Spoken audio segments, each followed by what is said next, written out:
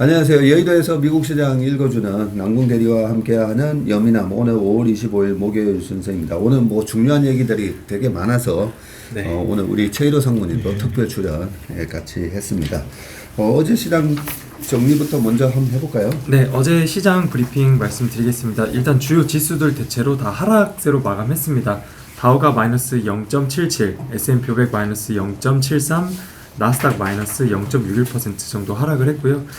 중소형주 러셀 2000은 마이너스 1.16%, 필라델피아 반도체 지수가 마이너스 1.68% 하락했습니다. 어제 유럽 시장 쪽도 대체로 보시면은 영국이나 뭐 유럽 스탁스, 프랑스, 독일 다 한 1.7%, 8%, 9% 정도씩 하락을 했었습니다. 그래서 유럽 시장, 뭐 미국 시장 다 전반적으로 하락으로 마감을 했습니다. 그리고 어제 섹터별로도 보시면은 에너지 섹터를 제외하고 다른 모든 섹터가 하락으로 마감을 했는데 부동산 섹터가 2% 넘게 하락을 했고요. 그리고 금융 섹터, 산업재, 소재 이런 섹터들이 1% 넘게 하락을 했습니다. 그리고 IT라든지 자유소비재, 헬스케어, 커뮤니케이션, 필수 소비재, 유틸리티 이런 섹터들도 다 좀 약세로 마감을 했습니다.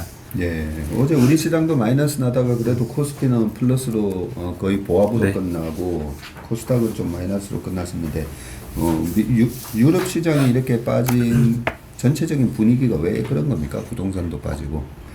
어제 유럽 쪽에서 CPI가 나왔는데요. 물가가 좀 잡히는 걸로 나왔는데 근원 CPI는 여전히 높은 수준으로 나왔었습니다. 그래서 뭐 금리를 더 인상할 수도 있다 이런 기사들을 봤었습니다. 네. 예. 그리고 저는 계속 국채 금리를 보고 있는데 금리가 또 올랐네요. 예, 어제 10년물이 5bp 올랐습니다. 3.74% 그리고 2년물이 6bp 오르면서 4.38%를 기록을 하고 있습니다. 달러 인덱스 최근에 약간씩 오르고 있고요. 다시 한 104 정도를 기록을 하고 있고 유가가 한 2% 정도 오르면서 배럴당 74달러 그리고 천연가스 다시 또 한 3.3% 오르면서 2.4달러를 기록하고 있습니다. 그리고 오전 기준으로 비트코인이 한 26,000달러 정도의 거래가 되고 있습니다.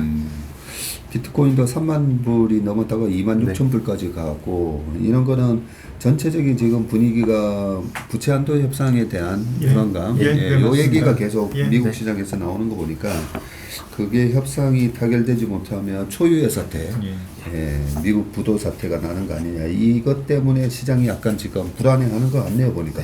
그렇습니다. 아래에 좀 빅테크 어제 기업들 주가 동향 좀 살펴보시면은 애플은 강법 정도 기록했습니다. 아마존이 플러스 1.5%, 메타가 1% 그리고 넷플릭스 2.5% 정도 상승했고요. 구글이나 테슬라 1.4%, 5% 정도씩 하락을 했고 마이크로소프트나 엔비디아 약보합 정도 기록했습니다. 어제 일단 시장이 좀 빠져서 그런지 52주 신고가 종목들은 S&P 500 중에서는 없었습니다. 네, 어제 하루는 없었고요. 이전에 계속 말씀드렸던 것처럼 빅테크 기업들 이런 쪽 종목들은 계속 52주 신고가를 내고 있었습니다. 네, 어제 하루만 좀 없었습니다. 하루짜리로 보지 않고 뭐 주간 단위로 보면 그죠? 네, 주간으로 보면은 뭐 빅테크 기업들 다 52주 신고가 영역에 있거든요. 그렇죠. 네, 그렇습니다. 이후에 또 아마 오늘 밤에는 내일 아침엔 또 52주 신고가 종목들이 아주 많이 나올 것 같습니다. 섹터별로는 뭐 에너지 하나만 0.52 플러스 올랐지만 빅테크 주요 종목들 보니까 뭐 플러스 난 종목들이 많네요. 네, 그렇습니다. 어제 아래에 섹터별로 종목들은 한번 참고를 해주시면 될 것 같고요. 어제 5월 FOMC 의사록이 공개가 되어서 좀 내용을 간단하게 정리를 했습니다. 말씀드리면은 약간 매파 쪽이 좀 더 우세했다 이렇게 보시면 될 것 같은데요. 연준 위원들은 어느 정도 긴축 정책을 쓰는 것이 적절할지 여부에 대해서 좀 대체적으로 불확실성을 표시했다라고 합니다. 많은 참석자들은 회의 후에도 나중에 선택지를 유지할 필요성에 좀 집중을 했다라고 하는데 연준 위원들 안에서도 의견들이 좀 갈린다고 합니다. 이 썸이라는 단어를 사용하면서 일부 위원들은 물가를 낮추는 과정이 받아들일 수 없을 정도로 느리고 더 금리를 올릴 필요가 있다라고 주장을 했고요. 또 several 위원들, 또 몇몇의 위원들은 경제 성장이 둔화되고 있는 것에 주목하고 추가적인 긴축은 필요하지 않을 것으로 판단을 한다라는 내용이 있었습니다. 위원들 안에서도 의견이 좀 갈리고 있고 또 연준 위원들이 인플레이션이 연준의 목표치 2% 대비해서 상당히 높은 수준이라고 평가를 하는 데는 모두 대체적으로 동의를 했다고 합니다. 최대 고용과 물가 안정이라는 목표를 달성하는 데 있어서 유의해야 할 중요한 리스크를 고려해 볼 때 참석자들은 경제 데이터를 좀 더 면밀히 모니터링하는 것이 중요하다라고 보고 있고, 또 은행권 위기 관련해서는 위원들은 금융 시스템이 필요한 충분한 유동성을 공급할 수 있는 수단을 준비하고 있다. 거의 모든 FOMC 위원들은 연내 금리 인하 가능성을 분명하게 이렇게 나타내진 않았지만 아직은 조금 좀 의심스럽게 보고 있는 상황이라고 합니다. 여기서도 일부 위원들은 부채 한도가 적시에 조정되지 않을 가능성과 이로 인해서 금융 시스템에 줄 심각한 충격을 줄 위험에 대해서 금융 경색에 따른 경제 둔화 등에 대해서 좀 우려를 표시했다라고 하고요. 그리고 넘버 오브라는 용어를 사용했는데 위원들은 유동성 수단을 쓸 준비를 해야 한다라고 강조를 했고, 뿐만 아니라 미래의 금융 안정성 리스크를 최소화하기 위해서 거시적으로나 미시적으로나 건전성 및 감독 수단을 가져가야 한다라고 강조를 했습니다. 그래서 이런 것들이 그 의사록에서 나왔었던 내용이고요. 또 이후에 크리스토퍼 윌러 연준 이사는 6월 금리 결정을 위한 데이터가 명확하게 나오지는 않았지만 인플레를 잡기 위해 추가 인상이 필요하다라고 얘기를 했습니다. 앞으로 나올 데이터들이 최종 금리에 도달했다고 생각 들게 하지는 않을 것이다. 그래서 앞으로 경제 데이터가 더욱더 강하게 나올 것이다 라고 보고 있는 것 같고, 아직은 이 목표치 2% 달성이 명확하지 않다라고 얘기를 했습니다. 6월달 금리 인상하거나 또는 동결을 할지 결정에 대해서는 향후 3주 동안 나올 데이터에 달려 있다라고 얘기를 하는데요. 5월 26일 이번 주 금요일에 4월달 PCE가 나오고요. 6월 2일 날 5월달 고용보고서, 그리고 6월달 13일 CPI 지표가 나옵니다. 그리고 6월달 FOMC는 6월 14일 날 예정되어 있어서 앞으로 PCE 고용보고서 이 CPI에 따라서 6월달에 금리를 인상할지 동결할지를 좀 결정을 한다고 합니다. 일단 6월달에 금리 인상 확률을 보시면은 동결 확률이 64%고요. 25bp 인상 확률이 36%까지 올라왔습니다. 그래서 인상 확률이 조금 올라오고 있고, 또 7월달에 25bp 인상 확률이 45%로 올라와 있습니다. 그래서 앞으로 말씀드렸던 PCE 고용보고서 CPI 이 지표에 따라서 금리 인상 어떻게 될지가 좀 결정될 것 같습니다. 네. 여기 의사록에서 several이란 단어와 some이란 단어가 넘버로가 나오는데, 네. 영어에서 some이 더 많은 거예요? several이 더 많은 거예요? some이 더 많은 겁니다. 네. 그래서 이 some에서 더 네. 금리를 올릴 필요가 있다고 주장했다라고 나오니까, 네. 야, 이러다가 6월달에 금리 인상하는 거 아니야? 이런 느낌을 줬네요. 예, 그러니까. 그렇습니다. 그래서 조금 더 매파 쪽이 좀 더 우세했다. 이렇게 평가를 할 수 있을 것 같습니다. 최상무님이 보통 이런 거 좀 꼼꼼하게 들어보시잖아요. 네. 최상무님도 좀 비슷한 느낌을 받으셨나요? 일단 연준 인사들의 의견이 엇갈리는 건 맞는데, 네. 제가 볼 때는 그럼에도 불구하고 파월 의장의 어떤 의견이 강하게 피력될 가능성이 있다고 보는데, 그 여러 가지 지금까지 나온 그 파월 의장의 코멘트를 봐서는 저는 안 올리는 쪽입니다. 그러겠죠. 네. 왜냐하면 성명서에서 지난번에 잠깐 말씀드렸는지 모르겠지만 금리 인상을 예상한다 해서 anticipate이라는 단어가 빠졌거든요. 거기에다가 기자회견에서도 그 부분에 대해서 질문을 했었을 때 내가 anticipate이라는 단어를 빼지 않았냐, 그런 식으로 우회적으로 얘기를 했었어요. 그래서 어쨌든 연준 인사들끼리의 의견이나 생각은 갈리지만 파월 의장의 지금 마음속에는 약간 동결적으로 가고 있지 않나, 그렇게 생각합니다. 네. 제가 이걸 보면서 조금 느끼는 생각은 부채한도 협상에 대한 불확실성과 여러 가지 우려 때문에 시장이 좀 흔들리다가 6월 14일 FOMC에서 동결을 한다는 걸 딱 보여주면, 그죠? 이제 금리 인상이 확실히 멈추긴 했구나 라는 걸 보여주면서 오히려 시장이 6월 요 FOMC 회의 이후에 다시 조금 강세로 전환되지 않을까, 이런 생각이 살짝 들었습니다. 맞을지는 모르겠지만. 지금 뭐 외신에서도 그 다른 운용사들 이렇게 인터뷰하는 거는 블룸버그에서 좀 봤는데 부채 한도 협상은 타결되리라고 생각을 하는데 그런 표현을 쓰더라고요. 우리 투자자들을 지금 볼모로 잡고 있다. 볼모로 잡고 있으면서 마지막에 풀어줄 거다. 네.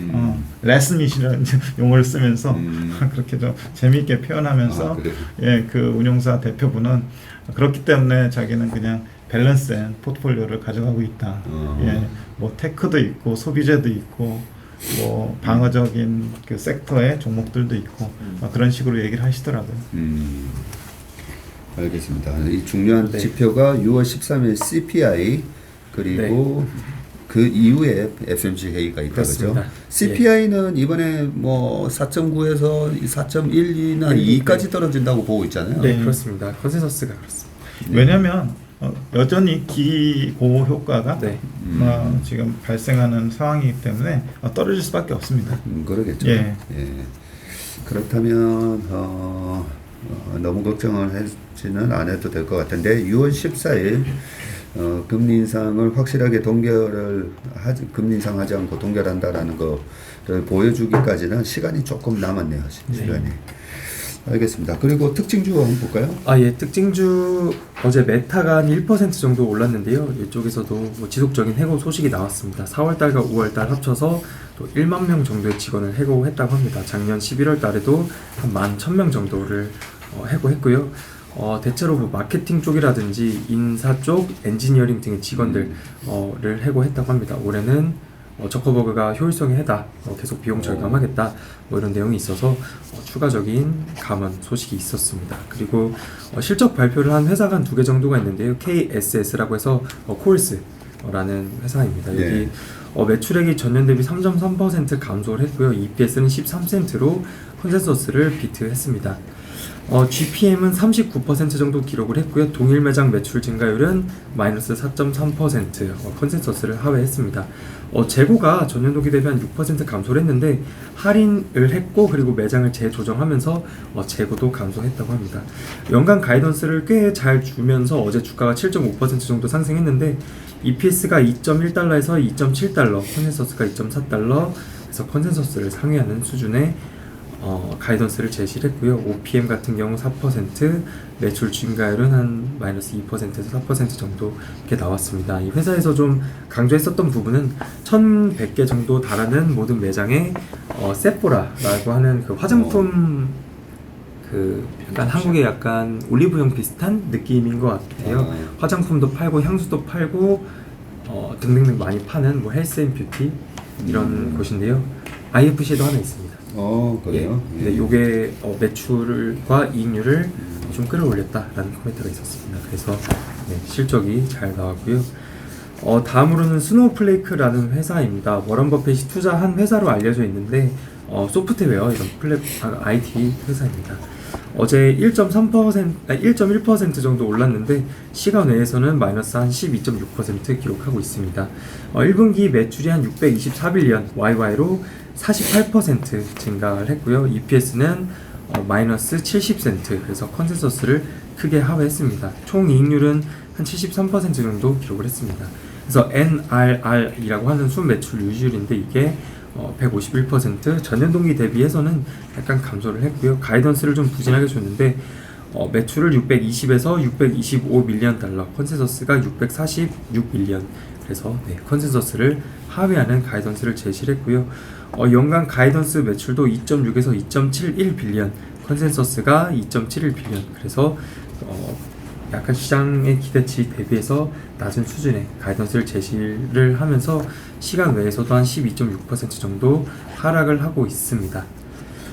그리고 다음으로 이제 엔비디아도 장 마감 이후에 실적 발표를 했고요. 어제 주가는 한 0.5% 정도 하락을 했는데 시간 외에서 한 25% 이렇게 상승을 맞습니다. 하고 있거든요. 그래서 엔비디아 실적 발표 내용을 최로 상무님께서 좀 자세히 말씀을 해주실 예정입니다. 엔비디아가 뭐 110불에서 지금 300불이 왔는데 여기서 또 시간에서 25%나 올라가고 있어요. 결국 기대치와 실제치의 싸움인데 기대치를 엄청 뛰어넘는 실적을 발표했고요. 또 가이던스 제시도 기존 컨센서스와 말도 안 되는 가이던스를 제시했습니다.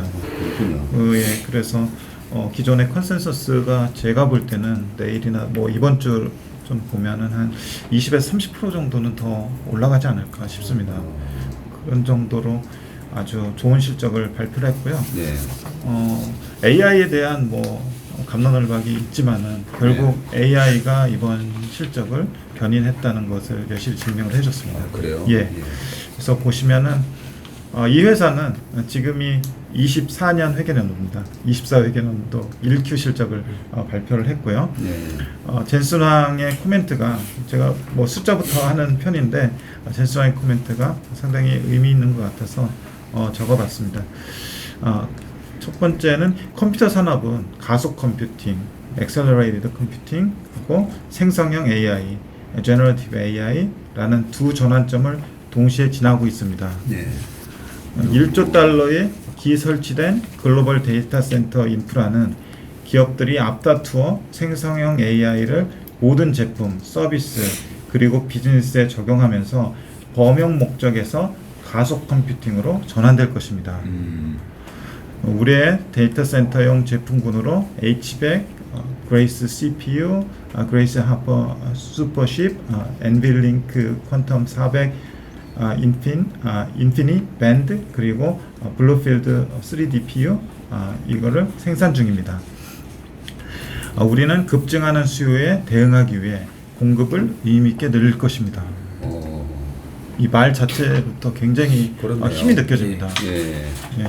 그래서 기존의 그 컴퓨팅 자체가 상당히 파워 있는 그런 컴퓨팅으로 연산 작업을 빨리 할 수 있는 그런 컴퓨팅으로 변할 것이고, 그리고 생성형 AI, 챗GPT를 포함한 그런 생성형 AI가 다른 분야들로 확산돼서 적용함으로써 기업들이 이거를 계속해서 채용할 것이라고 보고 있습니다. 매출 보시면은 7.19빌리언이 나왔는데 컨센이 6.52빌리언이었고요. YOY로 13% 하락인데 QOQ로 19%가 늘어나고 있습니다. 데이터 센터 부분에서 사상 최대 실적을 기록을 했고요. 2분기 매출 가이던스로 11빌리언을 제시했습니다. 근데 컨센이 7.2빌리언이었습니다. 무시무시합니다.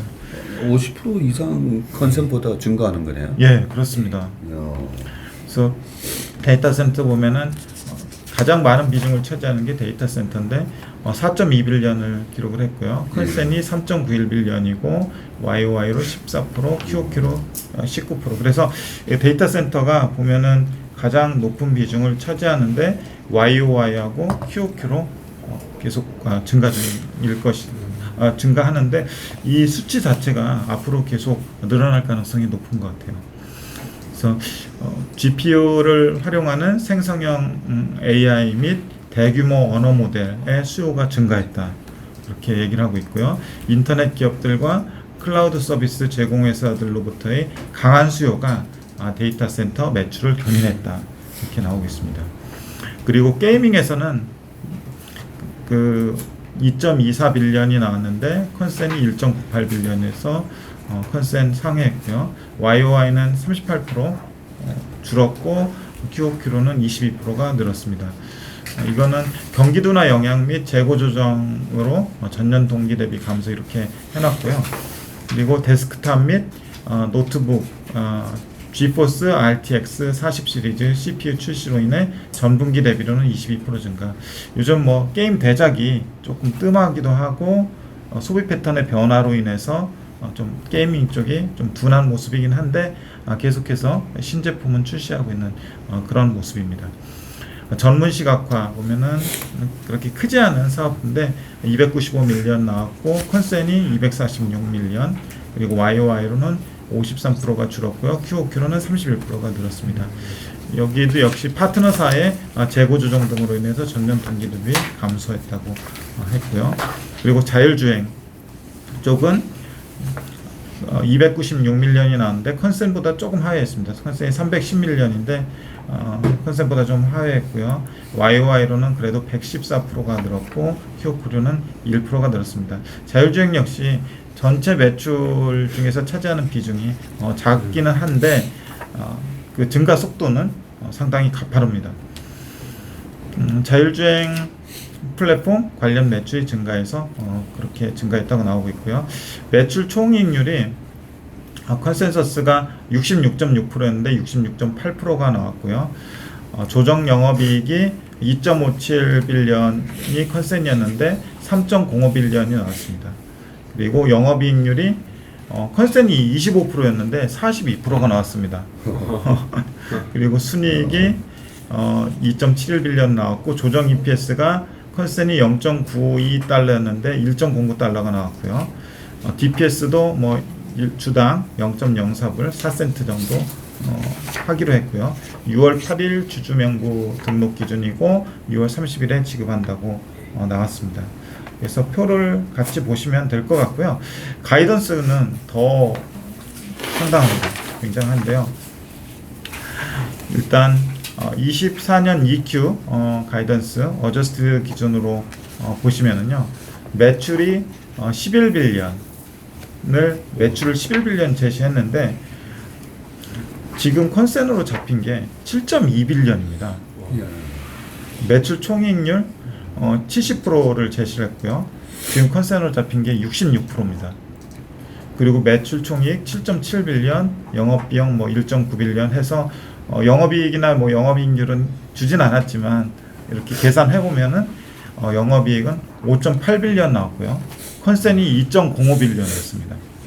그리고 영업이익률은 컨센이 29%인데 영업이익률 52.7% 나옵니다. 그래서 한마디로 어메이징하다 그죠? 어메이징합니다. 슈퍼 서프라이즈. 예. 그래서 기존 연간 컨센은 제가 이게 어제 그 블룸버그에서 다운을 받아가지고 이제 어떻게 변하나 보려고 해놨는데 24년 그 회계년도 보시면은 레버뉴가 30빌리언이잖아요. 네. 기존 컨센이 연간으로. 근데 지금 분기에 11빌리언씩 하잖아요. 네. 그러면 이거 뭐 그냥 단순 계산해서 곱하기 4해도 40빌리언이 넘어가잖아요. 그러니까 매출만 하더라도 여기에서 30에서 40% 정도의 상향 요인이 있을 것 같아요. 그리고 보면은 아프레이딩 인컴 보면은 연간으로 8.9빌리언으로 제시를 해놨잖아요. 근데 이미 2분기에 5.8빌리언입니다. 그러면은 1, 2분기 합쳐서 거의 연간 거를 하는 셈이 되는 거죠. 1분기에 3.05빌리언 나왔고 2분기에 5.8빌리언 나오면 이제 거의 9빌리언이 되는데 2분기 영업이익을 영업이익 가지고 연간 컨센을 달성하는 그런 상황이 됐습니다. 그럼 여기서 앞으로 3분기, 4분기 요 정도의 영업이익이 애드업 되면은 영업이익은 뭐 컨센 대비 100% 상향 요인이 되는 것 같아요. 저는 오늘 이 데이터를 보면서 야, 정말 시장은 똑똑하다. 그렇죠. 미국 시장에서 가장 각보력에 올랐던 게 엔비디아니까. 야, 110불에서 저렇게 300불까지 가파르게 올라오면서 간혹 그런 리포트가 있기는 있었어요. 챗GPT가 쏘아 올린 작은 공. 그 작가 이름이 뭐였죠? 난쟁이가 쏘아 올린 작은 공. 조세현? 조세일? 아니요. 누구죠? 그 작가 이름이 조세현은 우리 업계에 계신 조세희. 조세희. 예. 그 옛날에 고등학교 때 읽었던 기억이 나는데 내용은 지금 기억이 하나도 안 나지만 야, 그 정말 챗GPT가 나오고 나서 엔비디아가 이렇게 급등하는 모습을 보면서 진짜 그 쏘아 올린 작은 공, 그게 작은 공이 아니었어요, 그죠? 어마어마한 공이었고 사실 어제 그 웅달 책방에 가서 제가 인터뷰를 하면서 우리가 항상 매일 아침마다 제일 먼저 미국 시장 분석을 한다. 어떤 성장 모멘텀을 어떻게 발굴하나요? 라는 질문에서 미국 시장은 계속 모니터링 하다 보면 나온다는 거죠. 근데 지금 미국에서 일어나는 분위기는 분명히 챗GPT가 엄청난 파장을 일으키는 것 같고, 앨런 머스크도 이 H100인가를 내가 뭐 10,000개를 샀다 뭐 이 얘기를 했었잖아요. 그리고 삼성전자를 왜 이렇게 사나요? 라는 그 모든 연결고리가 다 이런 연결고리가 아마 되는 것 같다라는 그런 얘기를 했는데, 어제 엔비디아 실적 발표 이 가이던스를 보니까 이제야 알겠네요, 그죠? 그렇죠. 우리 남별이가 얘기했듯이 이게 그냥 서프라이즈가 아니라 뭐 슈퍼 서프라이즈가 지금 이쪽에서 파장이 일어나고, 외국인들이 올해 우리나라 시장에서 주식 사는 거에 80% 이상이 삼성전자를 사고 있잖아요. 그렇습니다. 왜 살까? 반도체 수출 증가율이 저렇게 마이너스 30%를 하고 있는데, 야, 외국인들은 다 알고 있는 거죠, 그죠? 야, 어마어마하네 정말. 그래서 뭐 일각에서는 뭐 AI 버블 뭐 이런 얘기도 하고, 뭐 PR이 너무 높은 거 아니냐라는 이런 얘기도 하는데, PR이 다 바뀌는 거죠. 이런 실적으로 보면은 진짜 PR이 정당화되는 거죠. 내일이나 뭐 이번 주쯤 되면은 이 컨센이 엄청나게 상향이 조정이 되면서 그동안 높았던 PR이 다시 낮아지면서 정당화되는 그런 상황이 연출이 될 것 같습니다. 그런 의미에서 지금 PR이 어느 정도의 거래되는지 한번 보면은 포워드로 60배, 포워드 PR로 60배, 뭐 PB는 큰 의미는 없지만 25배 뭐 정도로 되는데, 영업이익 단에서 거의 기존 컨센보다 엄청난 상향 조정이 이루어질 거기 때문에 이게 PR이 한 40배 수준, 뭐 30-40배 수준으로 떨어지지 않을까 싶어요. 거기다가 이게 24년뿐만 아니라 25년, 26년까지도 영향을 줄 가능성이 높을 것 같아요. 올해만 2년치 거를 거의 다 달성할 수 있는 가능성이 있는 거잖아요. 그렇죠. 그러면 두 개 분기 만에 1년치를 달성하니까요. 그래서 앞으로의 분기 실적은 YOY뿐만 아니라 QOQ로 계속 상향되어가는 그런 모습이 될 것 같습니다. 어닝이 줄어들 걸로 감안을 해서 PER이 좀 낮아져 그 P가 올라왔는데, 그죠? 오히려 어닝이 줄어든다고 예상을 해서. 근데 어닝이 이제 엄청나게 이제 튀어오르면서 PER이 이제 떨어지는 그런 효과가 나오고, 이렇게 되면 이제 다 뭐 정당화되는 거니까. 올해 원래 2분기, 3분기로 갈수록 미국의 이런 빅테크 기업들의 어닝 쇼크가 이제 본격화될 거다라고 이렇게 우려를 했던 거와 또 완전 반대되는 현상이 나타나는 거다, 그죠? 그리고 아까 남궁 대리가 얘기해줬던 그 메타를 읽으면서도 저도 생각이 드는 게, 우리가 참 1년, 2년 뒤를 함부로 예측을 하고 예단을 하면 안 되는 게, 기업이 뭔가 안 좋아지면 이렇게 대응을 하잖아요, 그죠? 사람은 지속적인 해고 소식이 나오면서 계속 주가는 올랐거든요. 이익 관리를 하는구나라는 이미지를 주고 실제로 이익 관리가 되는 거니까. 그래서 우리가 기업들이 보면 우리가 예상하는 그런 경제 전망이 맞더라도 아니 경제가 나빠졌는데 왜 주가는 오르지? 이렇게 기업들이 다 대응을 한다는 거죠, 그죠? 대응하고 변하고 그렇죠. 혁신은 지속하고. 야, 참 엔비디아를 보면서 참 존경스럽네요. 부럽기도 하고, 그죠? 네.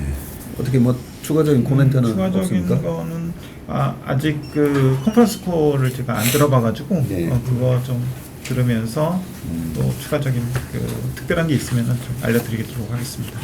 이게 장 끝나고 발표됐으니까. 장 끝나고 발표했는데 계속 기다려도 안 나오더라고요. 그래서 한 30분 정도 지연이 됐었어요. 그래서 한 5시 반 정도에 나왔습니다. 이게 우리나라 오는 시장에도 영향을 줄 것 같아요. 그럼요. 지금 미국 시장에서 테크 기업들 있잖아요. 특히 반도체 기업들은 다 시간으로 상승하고 있습니다. AMD도 한 8-9%, 뭐 TSMC도 시간으로도 오르고 있습니다. 그래요? 그리고 마이크론 테크놀로지도 한 3-4% 오르고 있고요. 그 지난번 제가 우리 투자 설명회 때 그 얘기를 했었잖아요. 삼성전자를 가지고 계신 분들이 워낙 많기 때문에 뭐 63,000원, 4,000원 어떻게 해야 되느냐, 뭐 늘 나오는 질문이 그거라서 그때 제가 엔비디아 차트랑 보여주면서 시차가 있다는 거죠. 그렇죠? 올라가는 근데 GPU가 엔비디아가 독보적이다 보니까 예. 엔비디아 먼저 올라가고 그 다음에 보면 뭐 TSMC나 삼성전자가 예. 한 2, 3개월의 시차를 두고 또 올라가는 그런 모습을 바로 얼마 전에도 볼 수가 있었기 때문에 2020년 차트를 보시면 예. 정확하게 엔비디아 먼저 올라가고 TSMC, 뭐 ASML 그리고 삼성전자, 하이닉스까지. 예. 왜냐면 그 밸류 체인이 거의 똑같은 그렇죠. 밸류 예. 체인이 그렇죠. 있잖아요. 네. 그런 부분 보면 분명히 오늘 우리나라 시장에도 영향을 많이 줄 것 같습니다. 좀 더 디테일한 그 컨퍼런스 콜까지 다 들어보고 내일 예. 구현된 자료를 가지고 다시 설명드리도록 하겠습니다. 오늘 여민함 시간은 여기까지 하겠습니다. 두 분 수고 많으셨습니다. 네. 고맙습니다. 감사합니다.